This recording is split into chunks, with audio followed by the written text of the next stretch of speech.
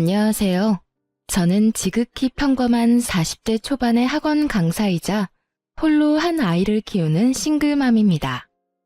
혹시 미꾸라지 한 마리가 온 웅덩이를 흐려놓는다는 말 알고 계시나요?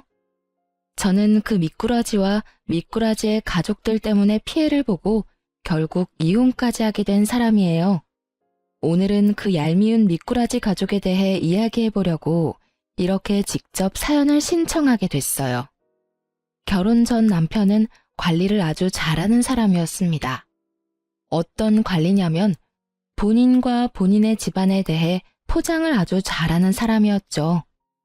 처음에 그 사람에게 들었을 때는 정말 괜찮은 집안이라고 생각했습니다. 시부모 두 분은 가서 직접 뵐 때마다 항상 웃는 얼굴에 저에게 시집와주면 너무 좋을 것 같다며 항상 칭찬을 해주기 바빴어요.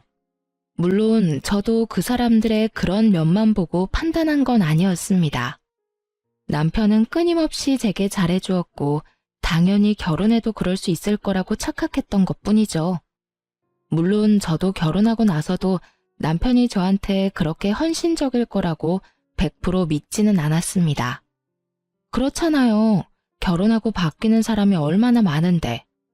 그런데 결혼을 하고 보니 상황은 생각보다 복잡했습니다. 남편과 시모는 욕심이 많은 편이었습니다. 결혼 전에는 정말 전혀 몰랐던 부분이었습니다. 제가 가지고 있는 것들도 툭하면 욕심내며 지나가는 말로 우리한테 주면 안 되겠냐는 식으로 말하곤 했습니다. 처음에는 저도 농담을 하시는 거라고 생각했는데 듣다 보면 그게 아니라는 걸 알 수 있어요. 게다가 남편은 음식점을 운영 중이었습니다. 그런데 욕심이 많으니 식당을 운영함에 있어서도 굉장히 실속 봐가며 운영을 하더군요. 장사라는 것이 그렇게 졸라매기만 한다고 더 되는 게 아니잖아요. 제가 장사에 대해서는 잘 모르지만 갈수록 짜게 구는 바람에 단골이고 뭐고 다 떨어져 나간 것 같더라고요. 그렇게 가게 매출은 항상 신통치 않아서 매번 생활에 쪼들리곤 했습니다. 그런데 그 정도는 봐줄 수 있어요. 솔직히 가게야 잘 될 수도 있고 나빠질 수도 있죠. 그리고 남편이 못 벌면 제가 벌어도 되는 일이잖아요. 그래서 의외로 그 부분은 제게 스트레스를 주는 건 아니었어요. 그보다 더 문제였던 건 신우이의 존재 때문이었습니다. 남편과 시댁은 신우가 하는 말이라면 똥으로 매주를 쓴다 해도 믿을 정도로 이상하게 맹신하더군요. 처음에는 이상하게 생각했습니다. 왜 이렇게 신우에 대한 말을 다 믿을까? 하고요. 신우는 어릴 때 도둑이 든 걸 발견해서 집을 구해준 적이 있었다고 하더라고요. 그리고 그 뒤로 집안 사람 모두 신우 말을 잘 듣는다고 하더라고요. 이해할 수 있는 일이긴 했습니다. 그런데 문제는 그런 신우가 결혼 후 저를 탐탁치 않게 생각한다는 거였어요. 결혼 전에는 새언니랑 친하게 지내는 게 좋을 것 같다며 과하게 친한 척하더니 1년 만에 제게 반감을 표했어요. 처음에는 왜 저를 저렇게 싫어하나 싶었는데 나중에 알게 됐어요. 신우 생일에 자기가 원하는 선물이 있었는데 제가 그때 남편 벌이가 시원찮아 10만 원짜리 선물을 줬거든요. 솔직히 잘 버는 것도 아닌데 그 정도 금액을 신우 선물로 쓰는 것도 좀 버거웠는데 신우는 자기에게 그런 약소한 선물을 준 게 엄청 싫었나 보더라고요. 그걸 알고 나니 저도 신우에게 정이 안 붙더라고요. 게다가 신우가 저에게 가장 많이 했던 말이 있는데 그게 정말 짜증났거든요. 올케 언니는 정말 시집 잘 온 거예요. 솔직히 좋은 대학 나온 것도 아니고 그렇다고 얼굴이 예쁘거나 몸매가 좋은 것도 아니고 눈치도 없는 데다 친정이 빵빵한 것도 아니고 어느 집에서 언니를 받아주겠어요. 안 그래요? 모두가 있는 곳에서 이딴 말을 하는 신우와 그걸 듣고도 별말 없는 남편과 시모를 보며 저는 매번 속으로 욕만 했어요. 신우는 저보다 더 안 좋은 대학을 나왔는데도 그리 이야기하는 걸 보니 그냥 어이가 없었어요. 게다가 시댁 식구들도 마찬가지였어요. 어떻게 가족으로 들어온 아내이자 며느리에게 막말을 하는데도 말릴 생각을 하지도 않는지. 그래도 1년에 2번 보는 거니 참을 수 있었어요. 우리는 시댁에 자주 가는 편이 아니었거든요. 천만다행이라고 생각했죠. 안 보면 속 편하니까요. 그런데 가정 내에서 그렇게 견고하던 시댁에서의 신우 입지가 떨어진 일이 생기게 됐죠. 신우는 대학 졸업 후 눈만 높아졌는지 대기업 취업을 한다며 시댁에 눌러 앉았어요. 그리고 장장 3년 만에 새로운 일자리를 찾았다며 서울에 가겠다고 하더군요. 그리고는 그게 무슨 큰일이라고 가족들을 모두 시댁에 불러 모았습니다.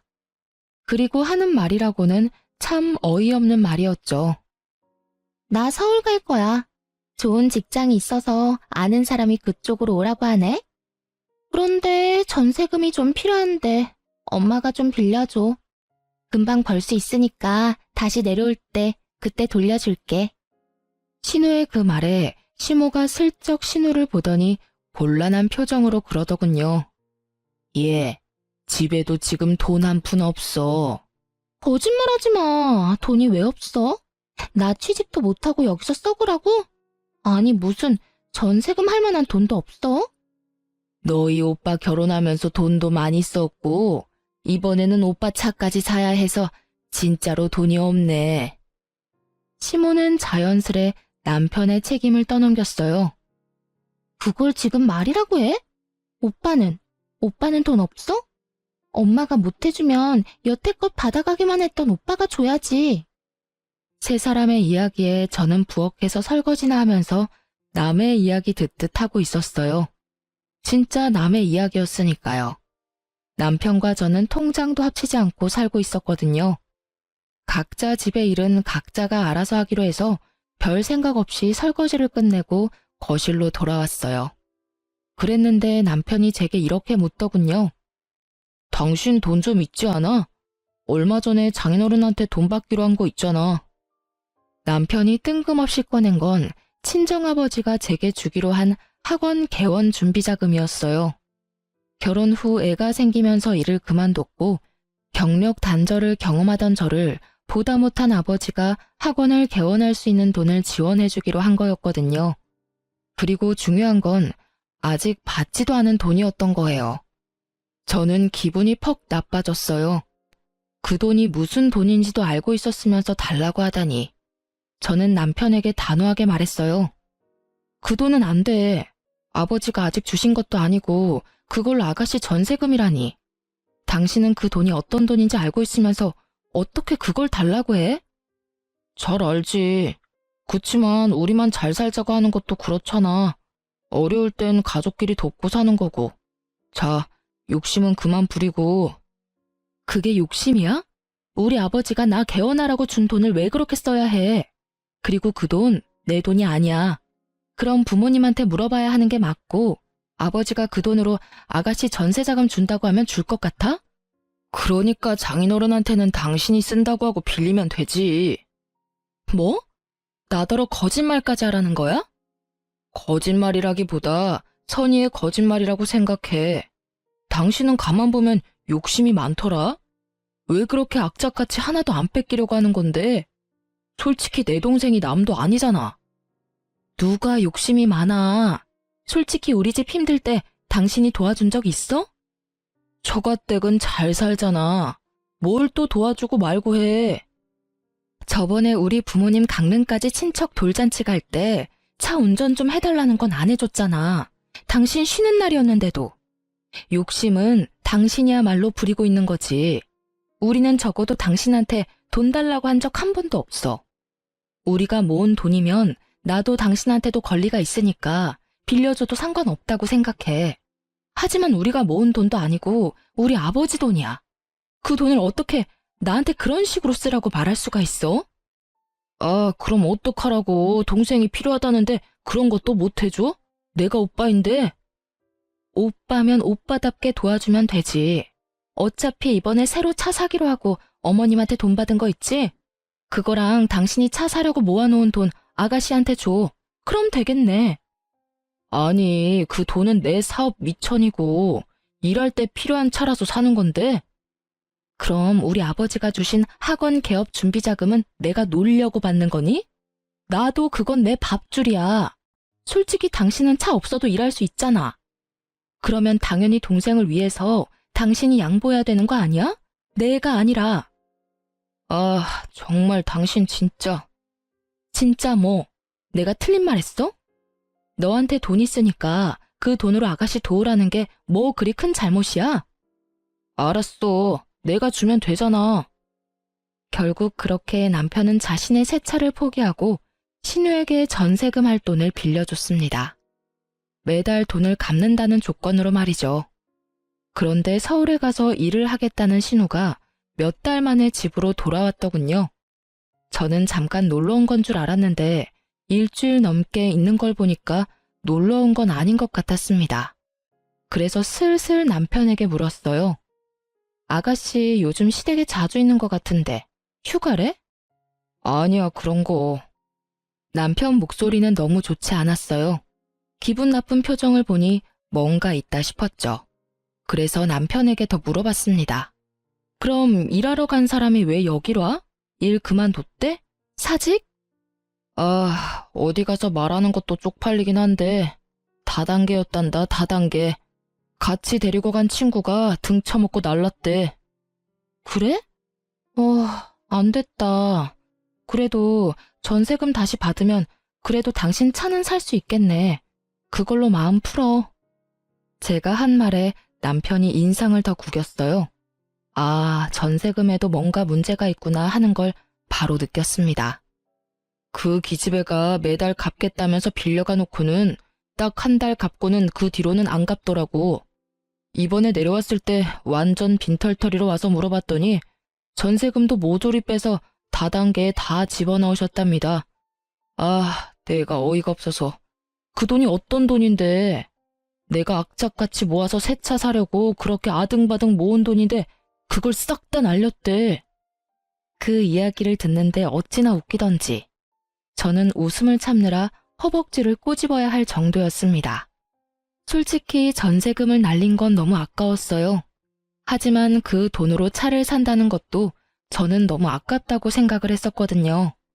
그렇지만 본인 돈이니 저는 어떻게 할 도리가 없었고 그 와중에 사고치는 동생한테 빌려줬다가 다 날린 걸 들으니 어이도 없었죠. 하지만 이걸로 남편과 시모는 아가씨가 생각보다 그리 똑똑하지 않다는 걸 느끼게 된 것 같았습니다. 당연하죠. 그 큰 돈을 빌려줬다가 싹 다 말아먹었는데 아가씨에 대한 신뢰가 남아있을 리가 없잖아요. 저는 그 아까운 돈으로 남편이 좋은 경험했다고 생각했어요. 믿을 수 있는 사람과 믿을 수 없는 사람을 빨리 구분하는 건 더 큰 문제를 예방할 수 있는 좋은 예방접종이 될 테니까요. 남편이 믿던 도끼에 발등 찍히던 때 저는 개원한 학원에서의 일이 잘 풀려 돈도 잘 벌고 있었기에 남편의 괴로움이 눈에 들어오지 않았어요. 많이 바빴거든요. 신우는 시댁에 들어와 들러붙었습니다. 일도 하지 않고 부모 돈만 축내는 신우를 보다 못한 시부가 신우에게 일자리를 주선해줬어요. 시부 친구분이 하시는 중소기업에 취직을 하게 됐죠. 거기 취직하면서도 잔소리는 어찌나 많은지 너무 작은 회사다, 돈이 적다, 난리도 아니었어요. 그렇지만 오빠 돈까지 다 날려먹고 집에 붙어있는 상황이니 어쩔 수 없이 취직한 거죠. 오빠가 나서서 날려먹은 돈 빨리 일해서 갚으라고 하니 불평불만이 쑥 들어가 버렸거든요. 그렇게 집안이 좀 안정된 줄 알았는데 의외의 일로 그 평화가 깨졌어요. 제 SNS 때문에요. 하루는 신우가 아주 호들갑을 떨며 제게 말을 붙여오더군요. 올케 언니 SNS 보다가 정말 괜찮은 남자 봤는데 혹시 이 사람 결혼했어요? 신우가 콕 집어 보여준 남자는 저의 어린 시절 소꿉친구였어요. 어릴 때 같은 아파트에서 자란 친구로 저희 친정엄마와 그 친구 엄마가 친한 사이였거든요. 계모임도 여전히 하고 있기도 하고 일단 집이 가까워요. 저희 본가와 얘네 본가가 윗집 아랫집이거든요. 이 친구는 괜찮은 애였어요. 성격도 착하고 직업도 괜찮았죠. 그런데 딱 한 가지 때문에 여태 결혼을 하지 못하고 있었어요. 바로 가족 때문이었는데요. 홀어머니의 누나가 위로 셋이나 있는 결혼 상대자로서는 좀 부담스러운 가족 구성이었거든요. 그것만으로도 놀랐는데 그 홀어머니 성격도 상상 이상이었거든요. 직원 수도 꽤 되는 에스테틱을 운영 중이신 세련된 분이에요. 그렇지만 친구인 우리들에게도 깐깐하게 구시는데 여자친구라고 하면 용모단정, 품행방정, 순종적인 여자가 아니면 눈에 들어오지도 않는 모양이더라고요. 저희 엄마가 이야기한 적 있었거든요. 저러다 아들 노총각 되어봐야 정신 차릴 거라고. 신우를 소개시켜주면 분명히 신우가 피볼 것 같다는 생각에 저는 일단 난색을 표했습니다. 아가씨, 이 친구는 안 될 것 같으니 다른 사람을 찾아보는 게 어떨까요? 그리고 원래 가족끼리 선자리 봐주고 그러면 나중에 말이 많아서. 에이, 그러지 말고 한 번만 소개시켜줘 봐요. 혹시라도 좋게 풀리면 엄마가 뭐라도 해주겠죠. 안 해줄걸요 하고 속으로 생각하며 저는 싱긋 웃었어요. 제 거부의 의사를 읽었는지 신우가 시모에게 쪼르르 달려가 이르더군요. 엄마, 올케 언니한테 남자 소개해달랬더니 안 된대. 엄마가 좀 어떻게 해줘봐. 시모는 제게 그 남자가 뭐 하는 사람인지 학력은 어떤지 꼬치꼬치 캐묻더라고요. 어머님, 이 친구는 아가씨가 좋아하는 유명 대학 나온 것도 아니고 집도 잘 사는 거 아니에요. 아니, 그럼 너는 우리 딸이 뭐가 모자라서 그런 남자 소개도 못 받게 하는 거야? 너 설마 우리 딸 무시해서 그런 행동하는 거니? 그런 거 아니고 아가씨가 항상 저한테 말하던 거 있잖아요. 이 친구도 대학도 좋은 곳 나온 것도 아니고 시댁이 빵빵한 것도 아닌데 혹시 소개시켜줬다가 아가씨한테 욕 얻어먹을까봐 그래요. 항상 제가 그렇다면서 욕하셨잖아요. 제 말에 신우가 어색한 표정으로 눈치를 보며 중얼거리더군요. 내가 언제 그런 말 했다고. 항상 그렇게 말해서 저는 아가씨한테 아무나 소개해주는 건 좀 꺼려져서요. 욕먹는 건 저만 먹으면 되지. 굳이 친구 욕 듣게 만드는 것도 좀. 대놓고 신우의 행동을 꼬집어 반박하는 제 말에 시모가 버럭하더군요. 그런 소리를 뭐하러 가슴에 묻어놔? 그냥 철 모르는 애가 아무 말이나 짓거린 걸 가지고. 그걸 막아야 하는 게 어른의 할 일이라고 말해주려다 참았어요. 신우는 그 뒤로 쫓아다니며 제게 친구를 소개해달라며 난리더군요. 그쯤 되니 남편이 나섰습니다. 그냥 소개 좀 해줘. 뭘 그렇게 비싸게 굴어? 비싸게 구는 게 아니라 내가 욕 얻어먹을까봐 그렇지. 내 동생 그렇게 까다로운 애 아니야. 아가씨가 아닌데? 뭐? 내 동생이 어디가 별론데 퇴짜를 놔? 얼굴만 반반한 게. 대기업 다니잖아. 어쨌든 난 욕 얻어먹기 싫어. 그래서 안 해줄 거야? 끝까지 쫓아다닐 텐데. 그 이야기를 들으니 한숨이 나오더군요. 봐서 좋은 얼굴도 아니고 매번 얼굴 붉히는 신우와 마주치는 것도 참 힘든 일이긴 했죠. 그 생각만 하면 그냥 확 소개시켜줄까 하는 생각을 했어요. 혹시라도 잘 되면 신우가 저한테 앞으로는 그런 아나무인인 태도를 취하지 못할 테니까요. 그렇게 두 사람을 소개시켜주면서 잘 될까 싶었는데 이게 무슨 일인가요? 신우가 조신하게 군 건지 몰라도 두 사람이 덜컥 결혼식 날까지 잡았다고 하더라고요. 그 덕분에 저는 친구에게 상품권을 선물 받았어요. 솔직히 말하면 이 돈도 받을 기분이 나는 건 아니었거든요. 신우가 어떻게 내 친구와 그 시댁을 구워 삶아서 결혼을 했는지 모르겠지만 저 성격이 들통나지 않을 리가 없다고 생각했거든요. 그래서 저는 친구에게 받은 상품권으로 친구 집에 들어갈 가전을 해줬어요. 어차피 신우 집이고 결혼하면서 당연히 뭐라도 해달라고 당당하게 요구할 테니 이걸로 퉁치면 될 거라고 생각했죠. 그런데 신우의 성격이 드러날 것을 걱정하던 제게 들려온 건 뜻밖의 소식이었어요. 아가씨가 허구한 날 친정에 돌아와 시모를 붙들고 눈물 바람을 일으키고 있다는 말이었죠. 남편에게 그 이야기를 듣고 처음에는 어안이 벙벙했어요. 그 신우가 못 버티고 이렇게 매번 운다고? 그렇지만 섣불리 관심을 둘 생각은 없었어요. 관심 있는 척이라도 하다가 불똥 튀면 큰일이라고 생각했거든요. 그런데 하루는 시모가 저에게 시댁에 잠시 오라고 하더군요. 일을 마치면 꽤 늦은 시간이라 다음날 가겠다고 했는데 오늘 당장 오라며 강조하길래 어쩔 수 없이 저녁에 지친 몸을 이끌고 시댁으로 갔어요. 그래, 왔니? 여기 와서 앉아봐라. 저는 시모가 시키는 대로 거실에 앉았어요. 그런데 거실에는 시모 혼자만 있는 건 아니었어요. 신우가 눈이 퉁퉁 부은 채 거기 앉아 있더라고요. 너희 신우이 눈 퉁퉁 부은 거 보이지? 네, 눈이 많이 부었네요. 울었어요? 올케 언니, 어떻게 그렇게 모르는 척 할 수가 있어요? 척이 아니라 진짜 몰라요. 저 지금 방금 여기 왔거든요. 내가 지금 시댁에서 어떤 취급 당하는지 올케 언니는 다 들어서 알고 있잖아요. 물론 아무것도 몰랐습니다. 그 친구랑 소꿉친구라고 해도 그렇게 세세한 것까지 이야기하는 친구는 아니었고 두 사람의 일과 관련된 건 절대로 제게 이야기하지 말라고 그 친구에게 신신당부를 해뒀거든요. 중간에서 끼이면 골치 아프니까요. 누구한테 뭘 듣는데요. 시댁에서 일이 있었으면 시댁 가서 풀어야지. 여기 와서 저를 부르면 일이 해결이 돼요? 엄마, 봤지? 올케 언니 진짜 냉정해. 자기가 나를 이렇게 만들어 놓고. 제가 아가씨 온 거랑 무슨 상관이 있는데요. 알아듣게 이야기를 좀 해봐요. 오늘 얘 시어머니가 얘한테 뭘 시켰는지 아니? 일 그만두고 남편 내조나 하라고 했단다. 이게 세상에 어느 나라 일이야? 여자는 왜 일도 못하게 해? 내조하라면 할 수 있어.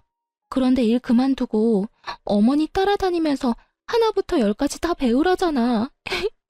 저번엔 제사 지내면서 내가 아무것도 모른다고 어머님이 얼마나 구박을 하는지. 아니, 어떻게 첫 술에 배가 불러.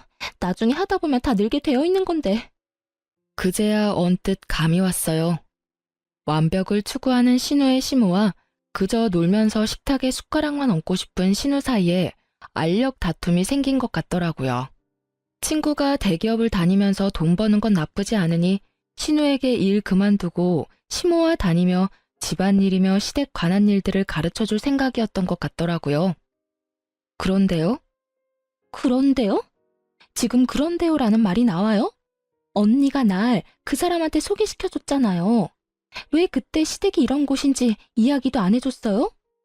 제가 그 집에 시집 가본 것도 아닌데 그 집에서 며느리를 어떻게 대하는지 제가 어떻게 알아요.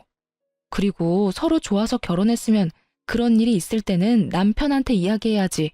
왜 저한테 와서 이야기하시는 거예요? 지금 말하는 의미를 모르겠네요. 올케 언니가 소개시켜줬으니까 언니가 책임져야죠. 어이없는 신우 말에 저는 눈만 껌뻑거리고 있었어요. 제가 뭘 들었나 싶었거든요. 허구한 날 애가 울면서 친정에 오는데 어떻게 가만히 있어? 네가 소개시켜줬으니까 네가 책임져. 언제는 소개시켜달라고 소개시켜주라고 그렇게 난리를 치더니 이제 상황이 조금만 바뀌니 도리어 제게 책임을 지라고 하다니 정말로 어이가 없었어요. 어머님, 책임을 어떻게 질까요? 솔직히 저 그때 소개 안 해주겠다고 계속 거절했었잖아요.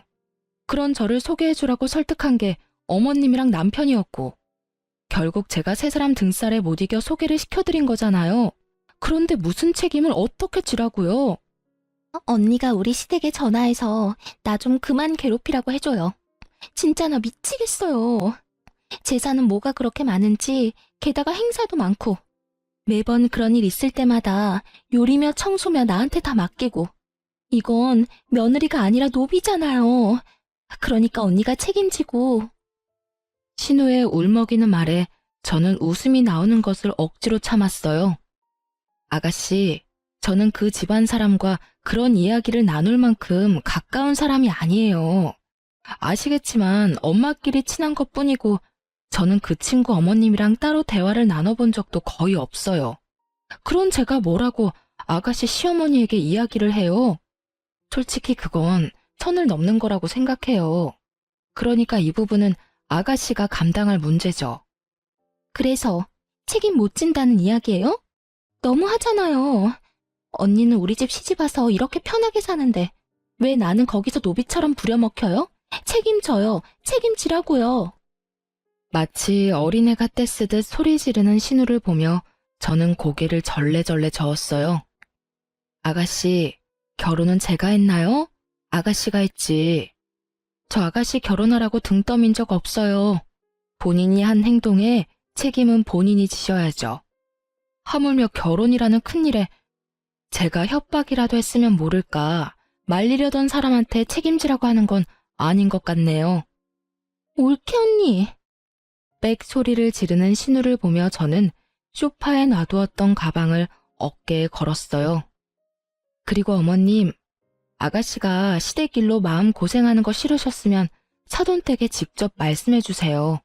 저한테 말해봤자 바뀌는 거 없고 해줄 수 있는 것도 없고 그냥 서로 마음만 상하니까요. 제가 그렇게 이야기하자 시모가 얼굴 한가득 당황한 표정으로 저한테 소리를 지르더군요. 너 어디서 그런 말을 시어머니한테 해? 그럼 어머님이 저한테 그 일을 책임지라고 한 건 상식적으로 맞는 말이긴 해요. 결혼을 내가 하라고 등 떠민 것도 아닌데 바쁜 와중에 이리저리 휘둘리며 시댁까지 불려온 제 생각은 안 해보셨죠? 아니, 뭔 놈의 시댁이 매번 이딴 식이야? 내가 한 일도 아닌데 책임을 지라니. 결국 최대한 참고 넘기려던 저도 빵 터지고 말았고 그때 시댁 현관문이 열리며 남편이 들어왔어요. 오빠, 올케 언니 좀 봐. 엄마한테 대들어서 지금 난리도 아니야. 뭐? 그게 무슨 소리야? 그 사람이 그럴 일이 없는데? 가서 한번 보라고. 남편이 뛰어들어오자 시모가 한마디 하더군요. 아이고, 내가 집안에 사람을 잘못 들였어. 시어미를 이렇게 홀대하고 막대하는 며느리인 줄 알았으면 머리 싸매고 널 반대했을 게다. 어떻게 이런 식으로 나한테 막말을 해? 막말이 아니라 바른 말이죠. 도대체 무슨 일들인데 이래요? 남편이 묻자 시모가 입을 꾹 다물었어요. 저는 남편에게 상식적인 반응을 기대하며 말했어요. 아가씨가 시댁에서 마음고생을 많이 한다고 나를 불러서 나한테 책임지라고 하시네? 당신도 알다시피 나 계속 아가씨가 내 친구 만나는 거 막았어. 결혼은 아가씨가 선택해서 다 해놓고 이제 와서 힘들다고 나한테 책임지라고 하는데 내가 어떻게 화가 안 나? 그런 것 때문에 화난 거였어? 그럼 그냥 잘 타이르면 될 일이지. 왜 엄마랑 이렇게 드자비질을 해? 나도 처음에는 좋게 이야기했지. 꾹꾹 참았다고. 그런데 끝까지 나더러 책임을 지라고 하잖아. 나도 오늘 늦게까지 일하느라 힘들고 지쳤는데 왜 그딴 쓸데없는 일로 불려와야 하는데? 자기의 일은 스스로 하자. 몰라? 내가 협박했어? 등 떠밀었어? 하지 말라는 거 해놓고 결국은 남 탓. 시어머니도 시어머니지만 신우도 그래. 어떻게 나한테 책임 전가를 하려고. 오빠, 이거 봐. 우리 집에 아주 이빨을 드러내잖아. 푸념 정도는 할 수 있잖아. 그걸 못 참고 엄마랑 나한테 화를 내고. 그게 푸념이에요? 힘든 사람 불러서 정신적으로 한계까지 몰아붙이는 게. 오빠, 이 상황은 모두 새언니가 잘못한 거야. 아니다. 엄마가 올케 언니한테 위자료 청구하면 되지. 거기에 나에 대한 정신적 위자료까지 청구하고. 여태까지 우리가 새언니한테 못한 게 뭐가 있어? 새언니가 우리한테 못한 것만 가득인데. 그거 가족끼리도 가능한 건가? 선을 훨씬 넘어버린 신우의 말과 거기에 동조하는 듯한 남편의 말에 저도 열이 심하게 받았어요. 당신 진짜 왜 이래? 뭐? 정신적 위자료? 그 돈 줄 바엔 차라리 당신이랑 이혼을 하고 말지.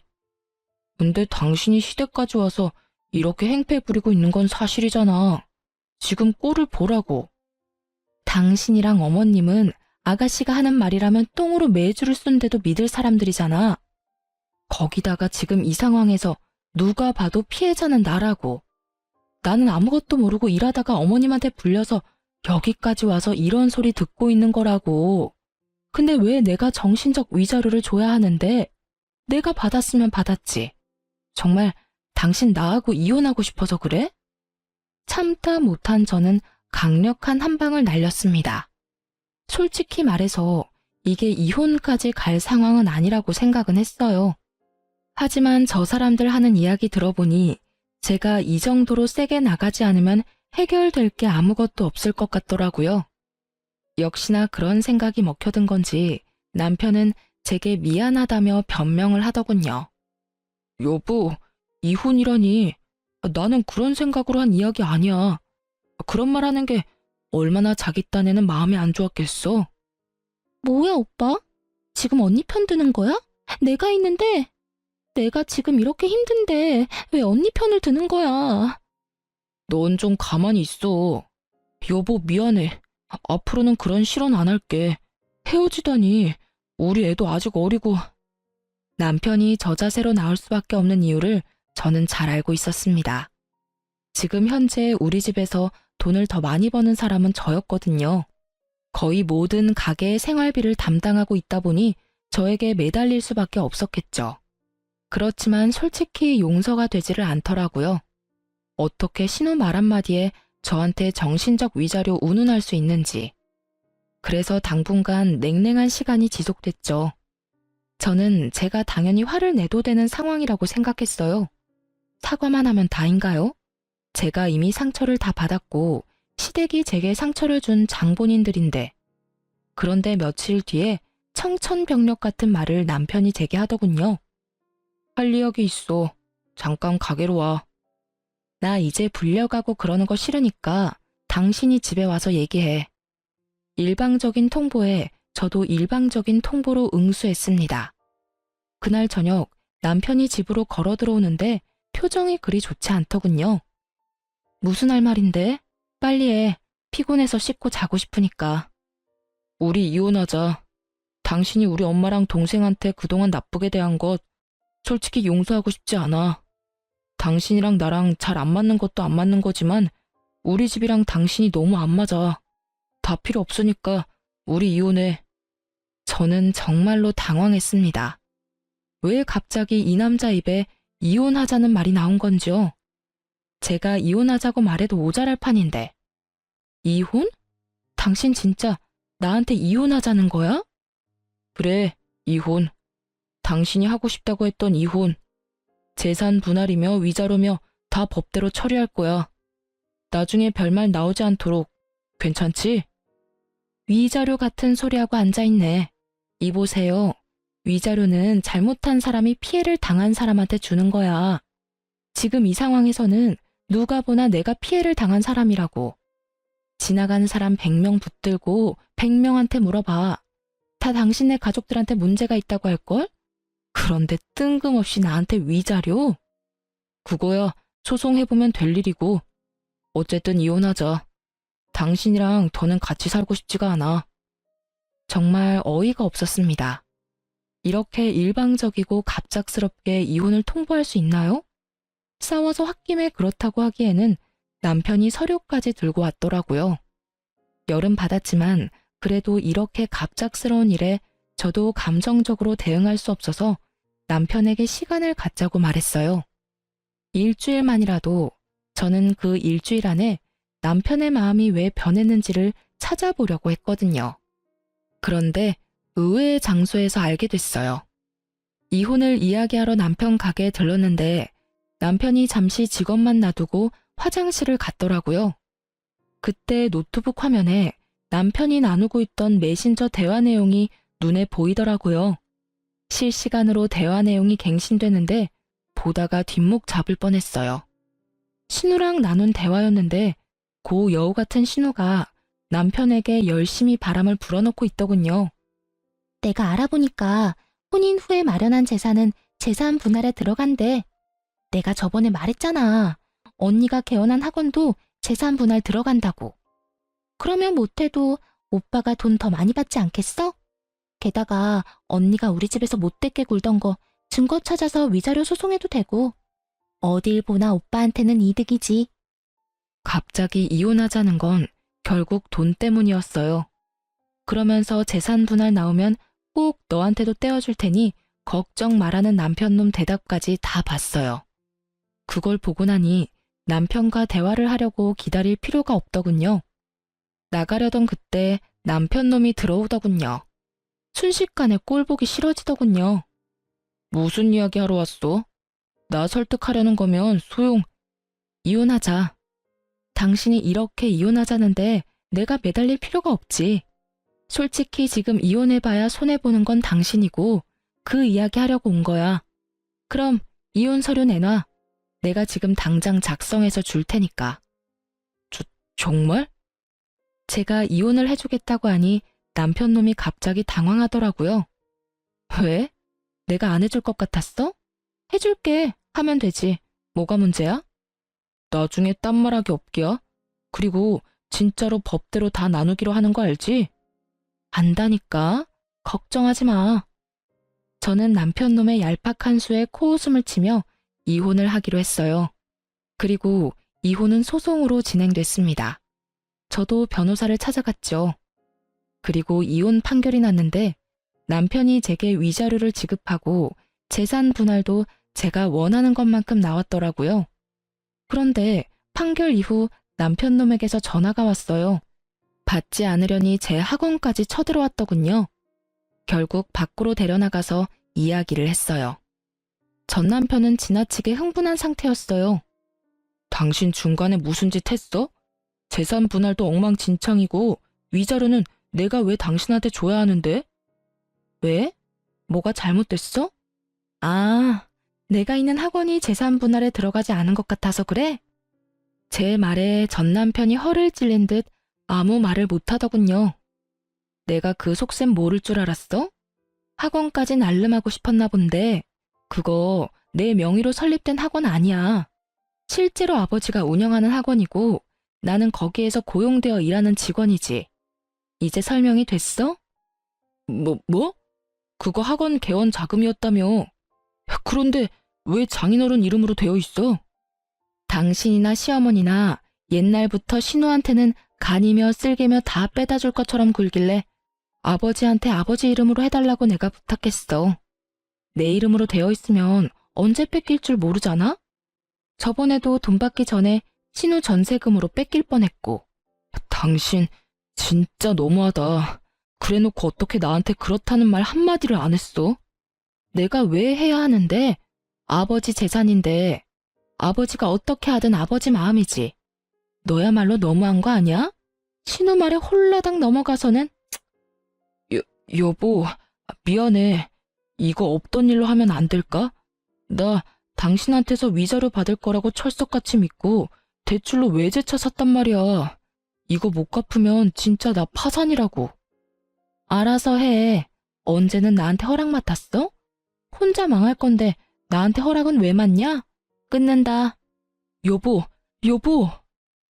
저를 애타게 부르는 남편 목소리에도 전화를 뚝 끊어버렸어요. 이혼해놓고 이제 와서 자기 생각과 다르다며 제게 매달려요? 결국 나중에 지나다니면서 보니 전 남편은 사정이 어려워졌는지 가게마저 내놨더군요. 어차피 그리 장사가 잘 되던 가게가 아니어서 언젠가는 망하겠지 싶었는데 이혼하고 얼마 안 돼서 바로 망해버리더군요. 저는 위자료와 재산 분할 받은 돈으로 학원 근처에 전세를 얻어 들어갔어요. 친정이 가까이 있어 애도 봐주시니 솔직히 예전보다 더 마음 놓고 일할 수 있는 환경이었죠.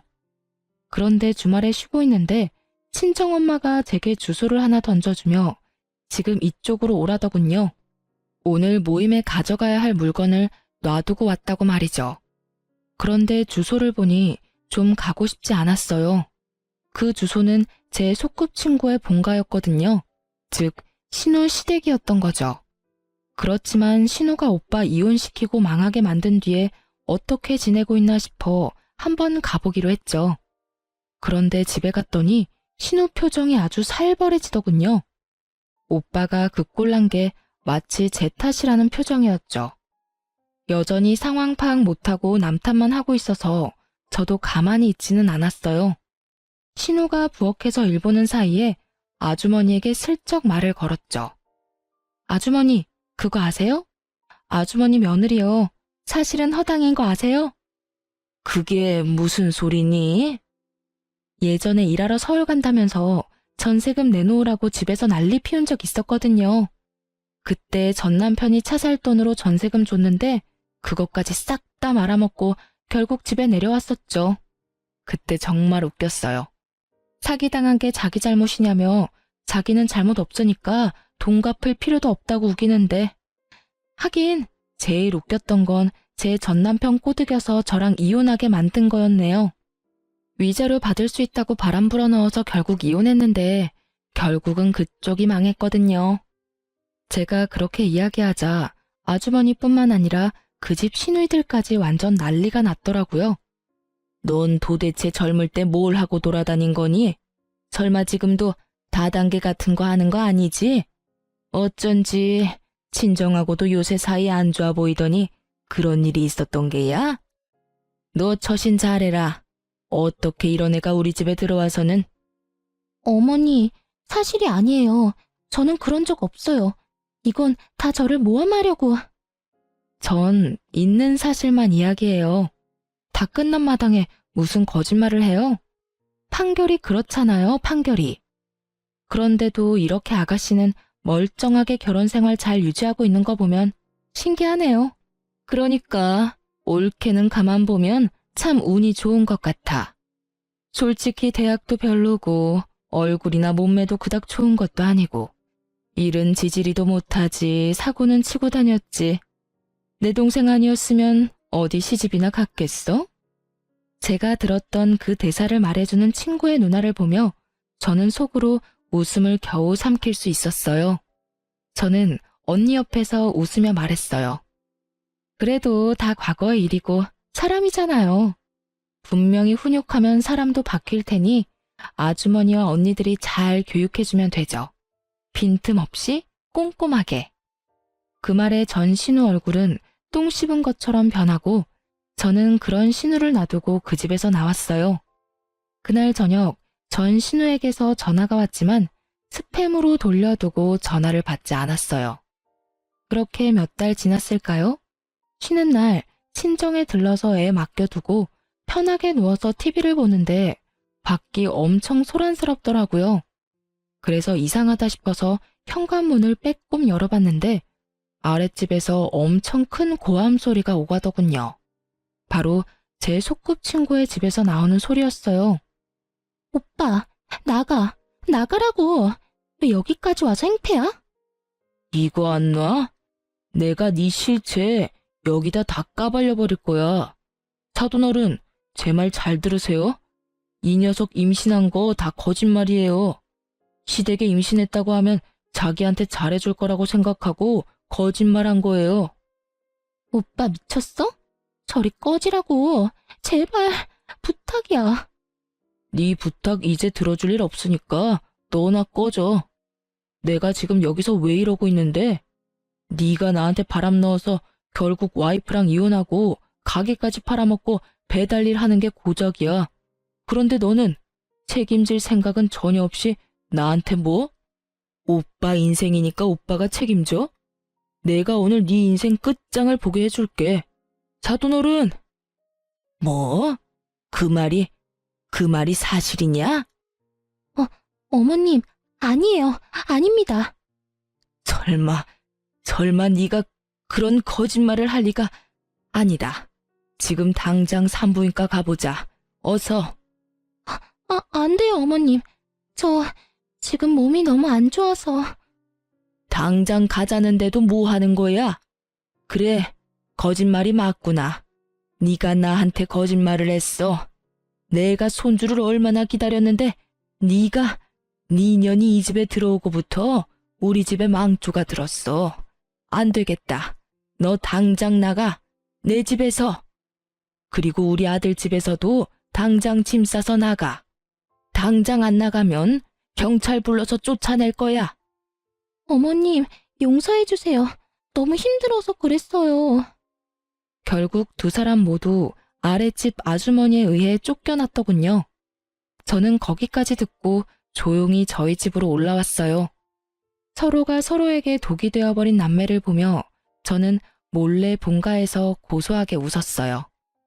제 인생 망치려고 할 때 자기 인생은 완벽할 줄 알았던 두 사람이 결국은 서로를 저격하는 바람에 본인들 인생까지 조져버렸네요. 다른 사람을 괴롭힐 때는 자기도 그렇게 당할 수 있다는 생각을 두 사람은 평생 안 해본 것 같아요. 원래 다 뿌린 대로 거두는 법인데 말이죠. 역시 다른 사람한테 패 끼치며 살면 안 된다는 걸 또 배웠네요. 여러분, 그럼 지금까지 제 사연 시간 내서 들어주셔서 감사합니다. 오늘도 좋은 하루 되세요.